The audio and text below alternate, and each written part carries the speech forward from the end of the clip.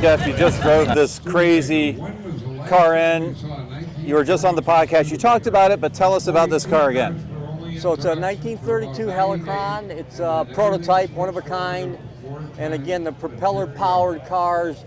You know, a lot of people were fascinated in the 20s with propeller-powered because airplanes just were carrying people, carrying cargo.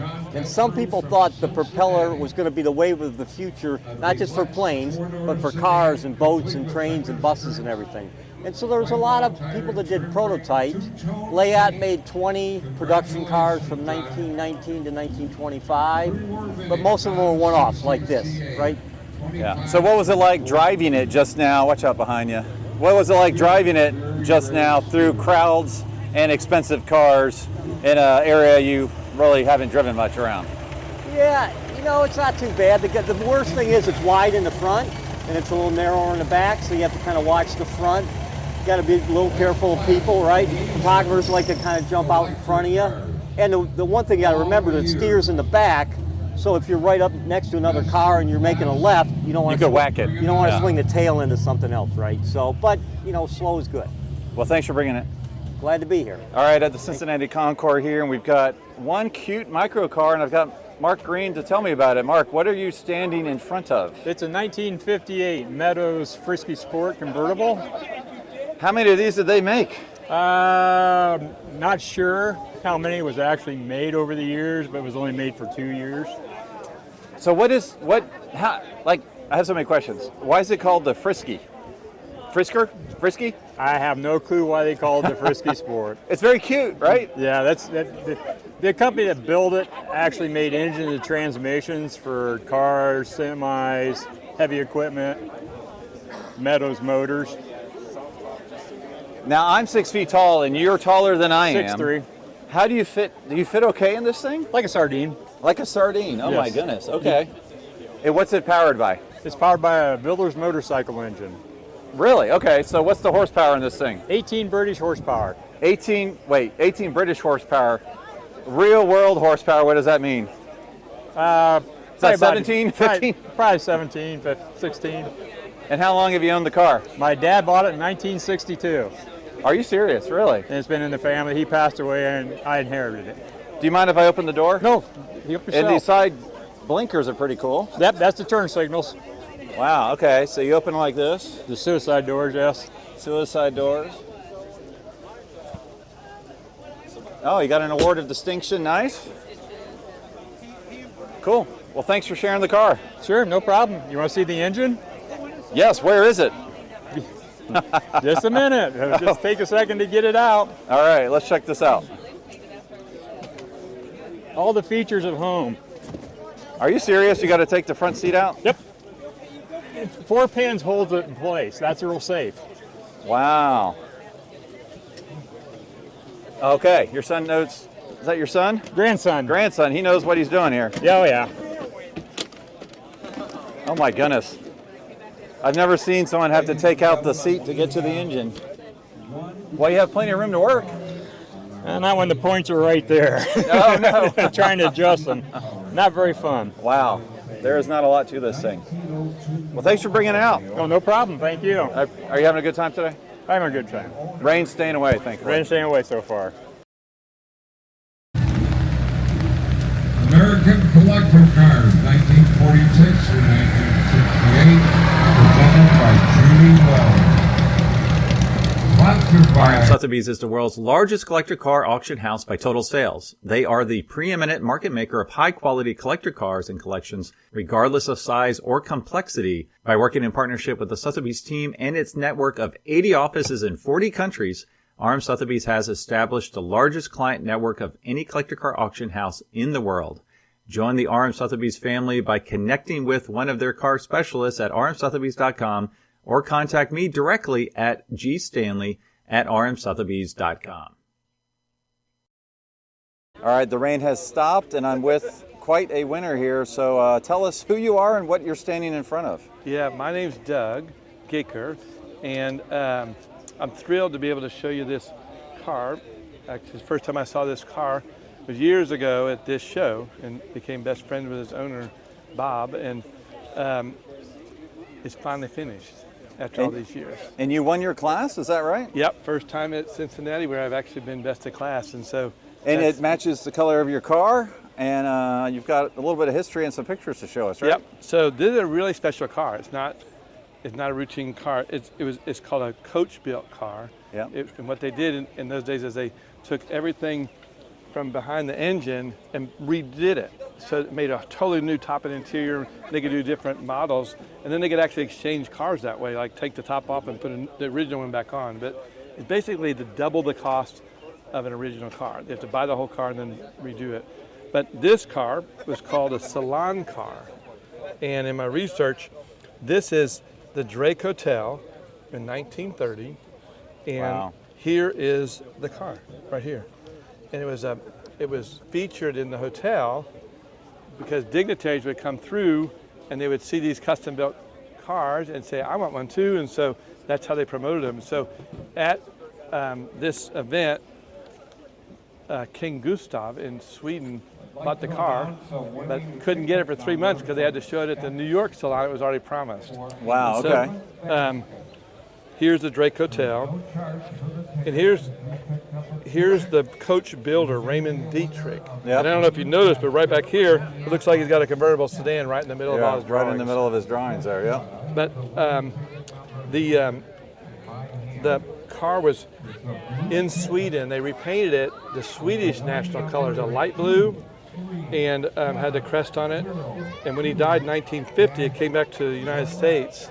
And at that time, a little bit later, Otis Chandler bought the car. And Otis Chandler was like the Jay Leno of Los Angeles before Jay Leno. Right. And he was the first man to pay $1 million for a muscle car. But he got rid of all of his muscle cars because he wanted to buy these. Right. And he sold it.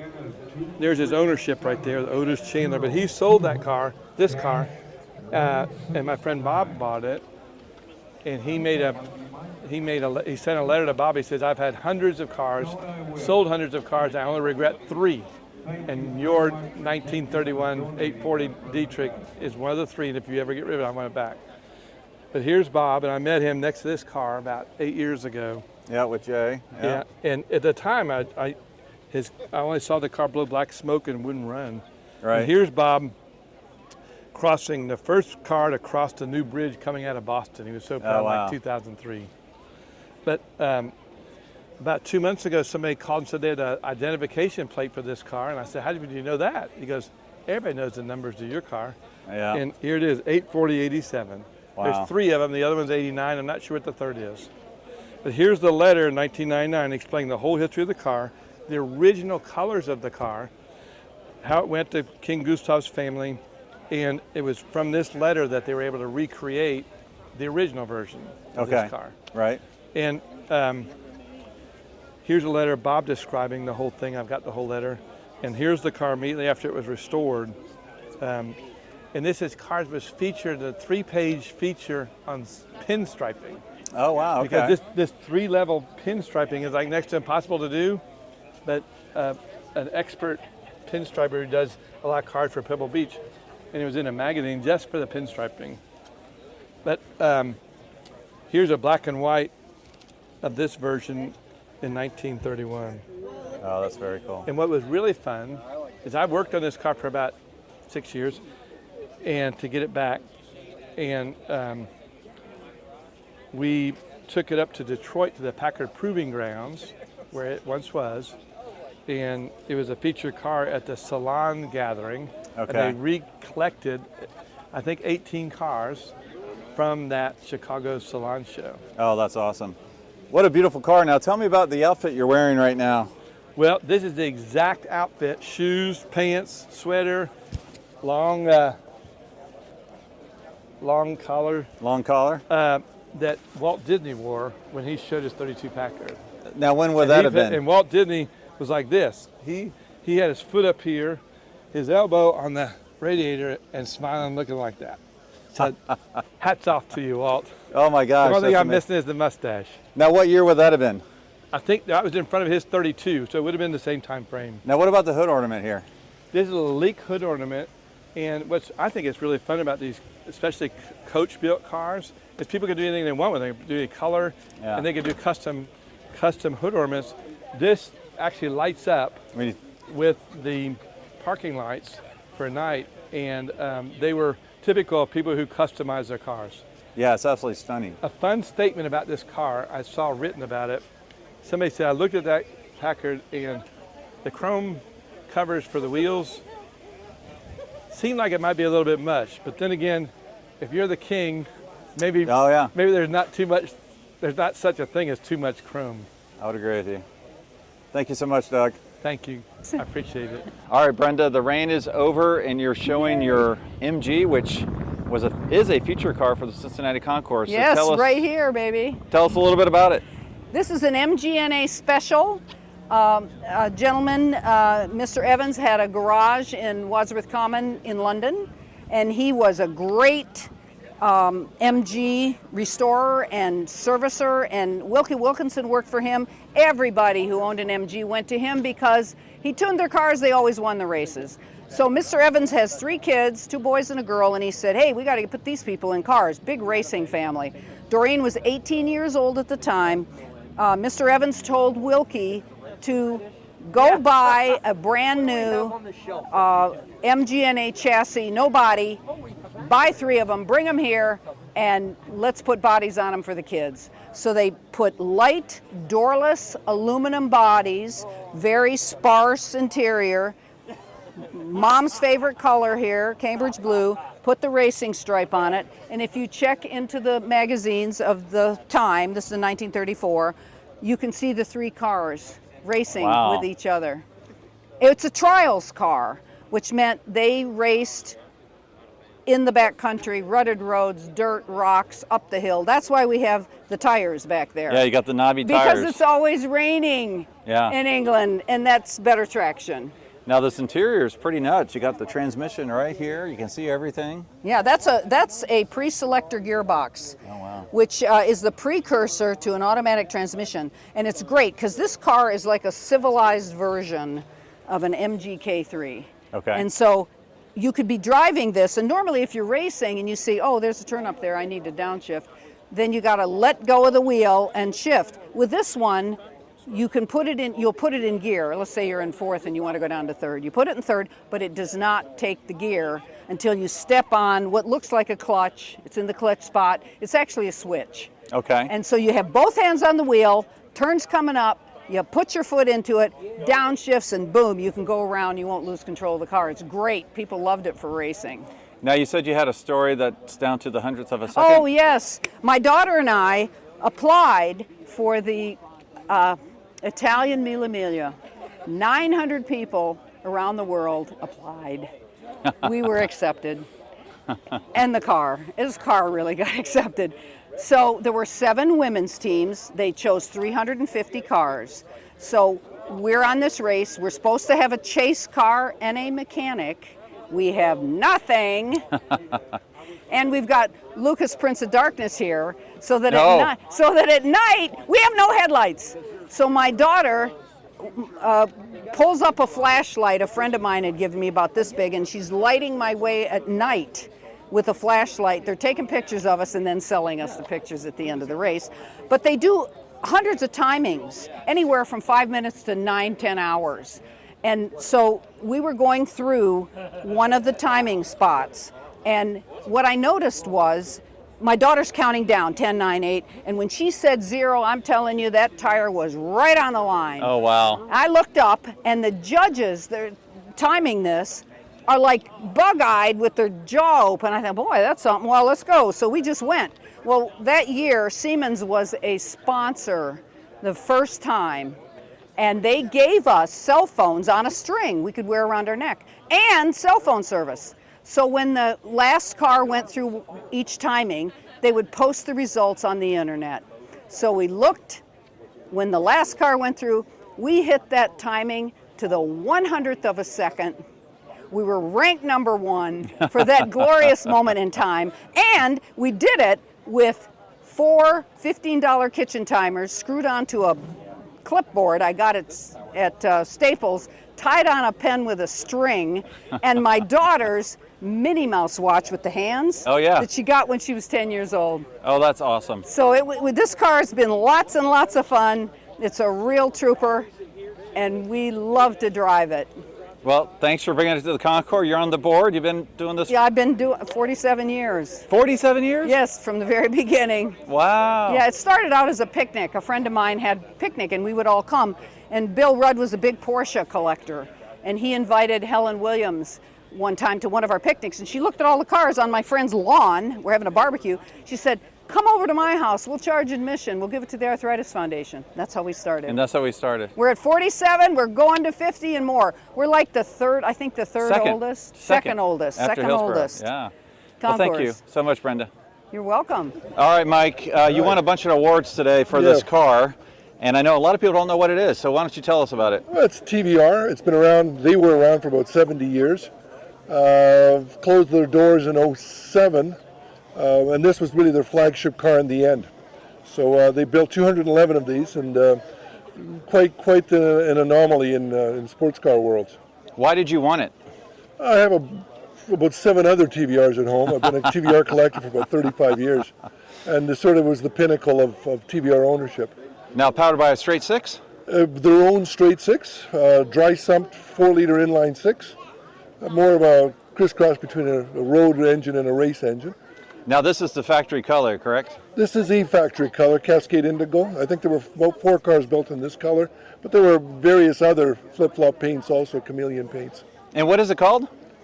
Cascade Indigo. No, I mean the model of the car. It's a Sagaris, a TVR Sagaris. Now what I love about this is you're taller than I am, and you apparently fit in this car just fine. I do fit in this car. Some of the people who designed the car were quite large, and so it's you must have to contort yourself into it.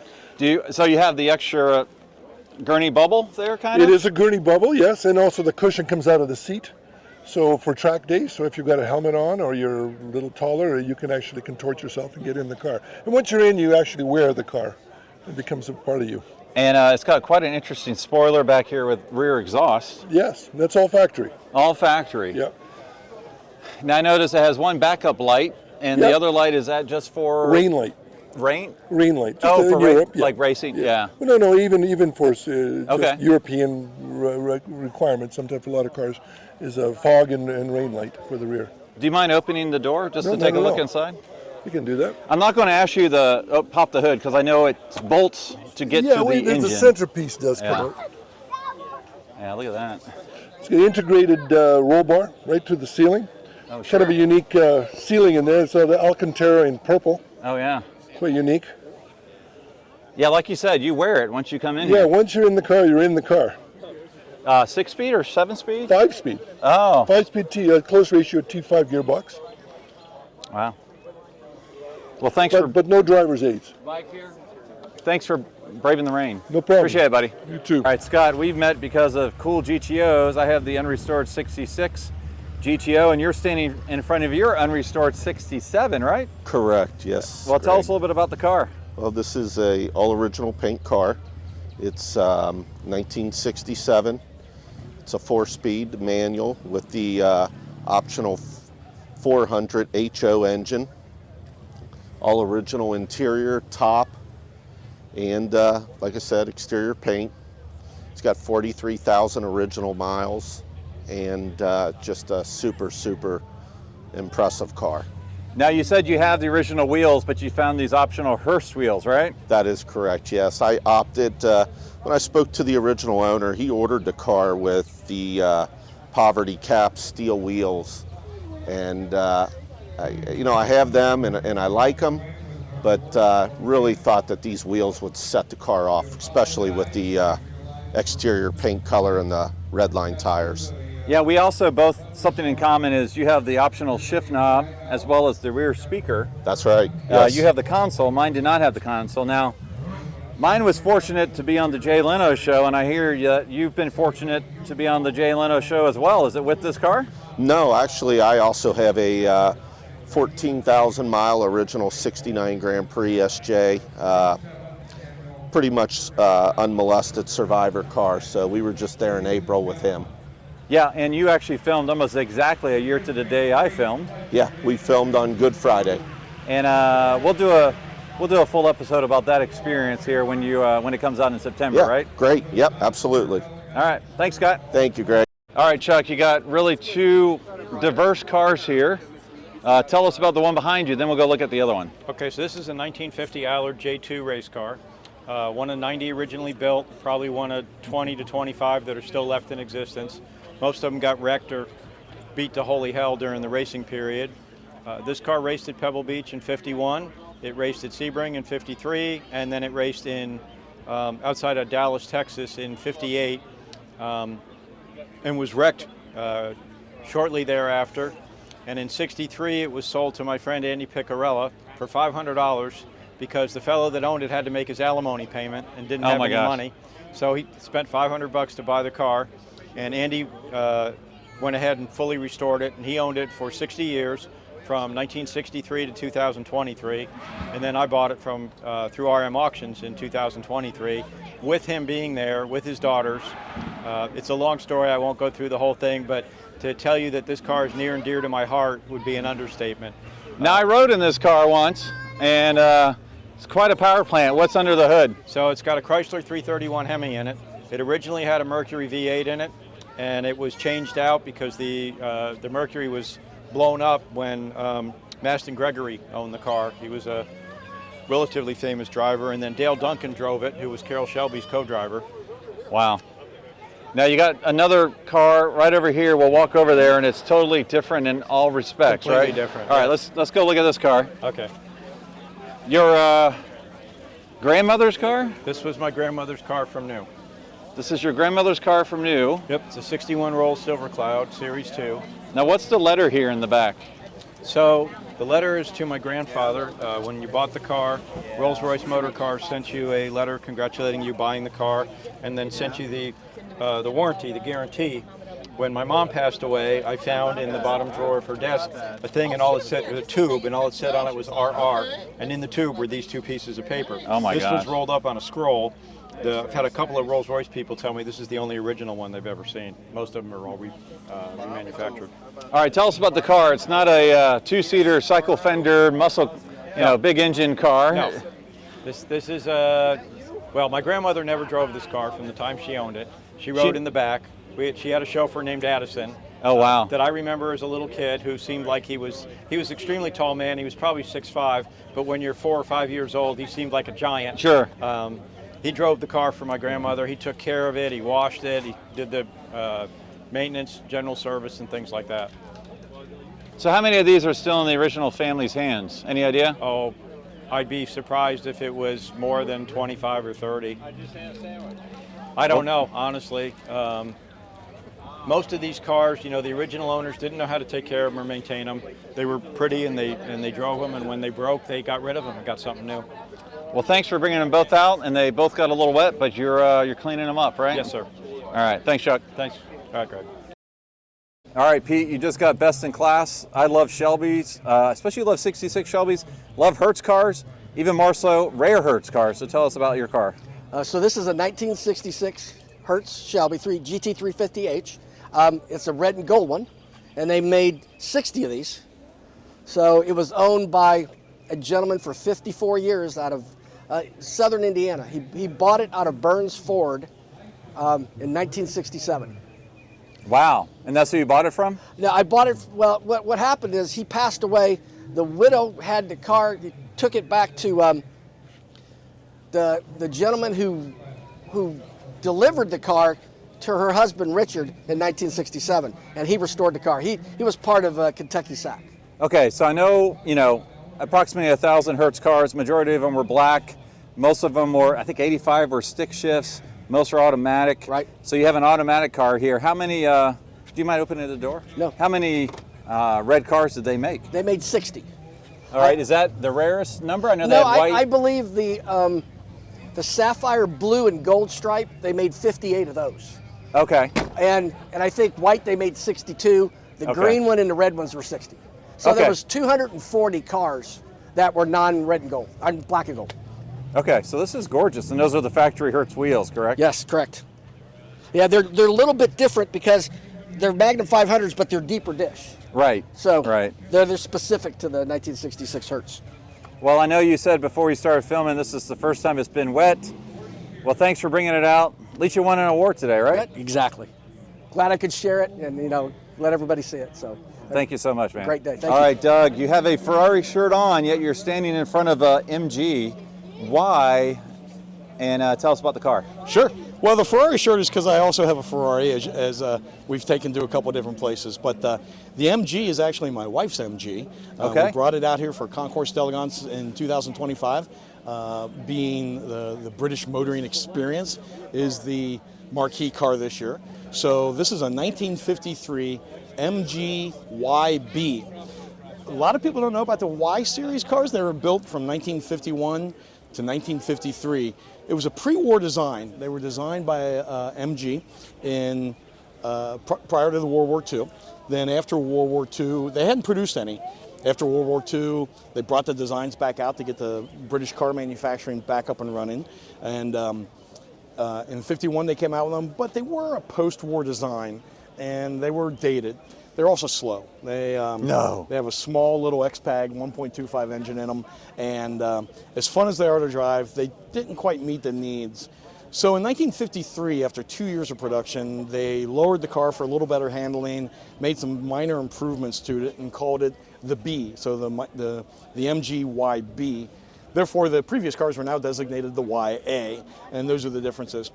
Even then, though, only after about 1,201 examples were produced, sales obviously not enough to keep the car going. So it is a very limited run. This is a 1953, 1,201 examples were made. Right-hand drive, suicide doors. It gives you a really nice feel of a British taxi cab. Could you open the door for us? Absolutely, absolutely. So you notice the steering wheel's on the wrong side. On the wrong side, correct. It's over there. Little 4-speed transmission. Oh, It's that's cruising cute. speed. It is. Its cruising speed is about 45 miles an hour. Wow.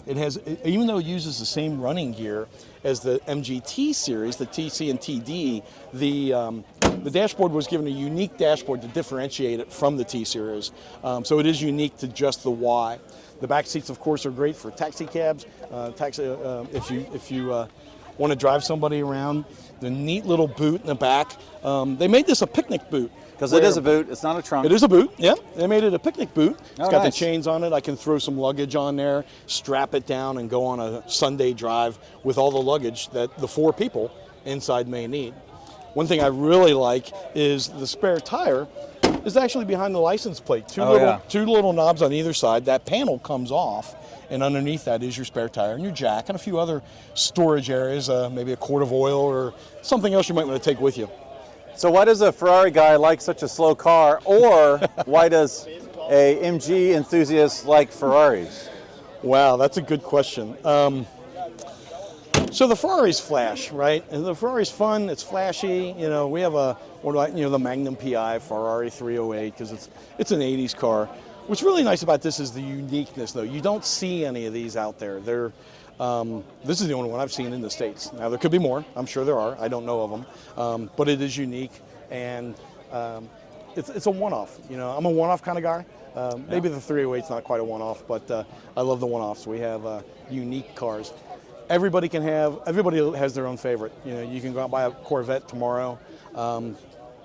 There's a lot of people out there with Corvettes, so I want to be a little bit unique. That's what I like about this. Suicide doors is something that you haven't seen since the 50s, right? Just don't open while you're going over 30. 30's a tough run. It's got a 4-speed transmission in it, so top end is about 45 miles an hour. I believe a Datsun B210 transmission or a Chevy S10 transmission, 5-speed. It's a pretty popular swap. Okay. I'm an originalist, though. I probably won't do that. I can just putter around town and go get some ice cream. It's a great ice cream chaser, that's for sure. Awesome. You know, no doubt about that. Thanks, Doug. Absolutely. Thank you, sir. Thanks for braving the rain. All right, the show's almost over, and ironically, it's starting to rain again. So that means it's not going to rain next year. We get like 5 dry years for every 1 wet year. So we'll see you at the Cincinnati Concours 2026.